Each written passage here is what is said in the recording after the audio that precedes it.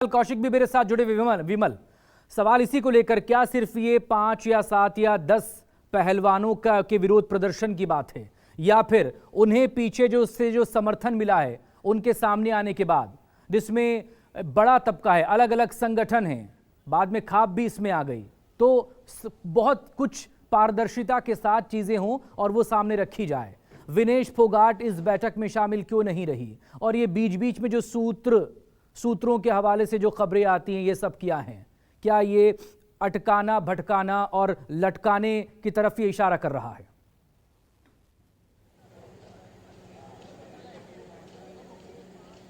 देखिए, सबसे पहले तो मैं आपकी उस बात को बता दूं जो आपने कहा, सूत्रों के मुताबिक जो खबरें आती हैं, तो ये मैं आपको जानकारी दे दूं कि 31 मई को ही न्यूज़ 24 ने हमने अपने दर्शकों को ये बताया था कि अगले 15 दिनों में दिल्ली पुलिस इस मामले में चार्जशीट या फिर जांच रिपोर्ट दाखिल कर सकती है। ये बात हमने 31 मई को ही बता दी थी। पुलिस सूत्रों के अनुसार जो हमारी बातचीत हुई थी, और उसमें निकलकर साफ आया था कि अभी तक की जांच में पुलिस को कोई ऐसा ठोस प्रमाण नहीं मिला है जिसके आधार पर वो बृजभूषण शरण सिंह की गिरफ्तारी कर सके, जिसके जो इन खिलाड़ियों की, इन पहलवानों की सबसे प्रमुख मांग है। और जहां तक आपने बात कही कि विनेश फोगाट, तो इस बात की भी पुख्ता जो जानकारी मिल रही है कि यही कि जो मेरे सहयोगी ऋषिकेश ने बताया कि बजरंग पूनिया हो, साक्षी मलिक हो,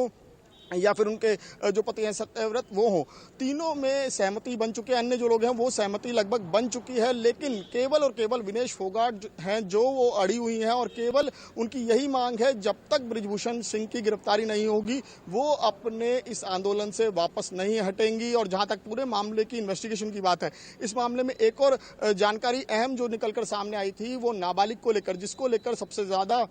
हल्ला मच रहा था, जिसको लेकर पहलवान जो लगातार पुलिस पर और सरकार पर प्रेशर बना रहे थे कि पॉक्सो एक्ट में आखिर क्यों बृजभूषण सिंह की गिरफ्तारी नहीं हो रही। तो इस मामले में भी कई अपडेट सामने आए कि जो नाबालिग है उसने कोर्ट में एक बार फिर से 164 का स्टेटमेंट दिया, और उस स्टेटमेंट के बदले जाने की खबरें, तो इस तरह की कई खबरें बाहर आ रही हैं। इस बीच खबर आई कि तमाम जो खिलाड़ी हैं उनकी मुलाकात गृह मंत्री से हुई, उसके बाद फिर उनकी मुलाकात आज उसका वो सबने देखा कि जो अनुराग ठाकुर, उनसे मुलाकात हुई, और वहां पर भी कई चीज़ों में सहमति बनी, और कुछ चीज़ें ऐसी हैं जिनमें फिलहाल बातचीत जो है वो आगे भी जारी रखने की बात कही गई है। लेकिन ये बात साफ है कि अगले यानी कि 15 जून तक दिल्ली पुलिस इस मामले में, इसे जांच रिपोर्ट कहें, चार्जशीट कहें या फाइनल रिपोर्ट, कुछ भी जो है वो दिल्ली पुलिस अपनी इन्वेस्टिगेशन की पूरी डिटेल इस मामले में फाइल करेगी। और ये बात पहले ही साफ हो चुकी थी, लेकिन पुलिस ने यह भी क्लियर किया है कि इस मामले में जो SIT बनी है उसने ना सिर्फ बृजभूषण शरण सिंह की 2 बार जो है स्टेटमेंट रिकॉर्ड किए, बल्कि उनका जो गांव का घर है गोंडा, वहां से भी तमाम जो उनका स्टाफ है, अन्य जो सहयोगी हैं, उनसे भी पूछताछ की गई। इसके अलावा जो इवेंट्स थे, जहां जहां के बारे में तमाम शिकायतें दी गई थी, 10 ऐसी इवेंट्स और शिकायतें थी जहां पर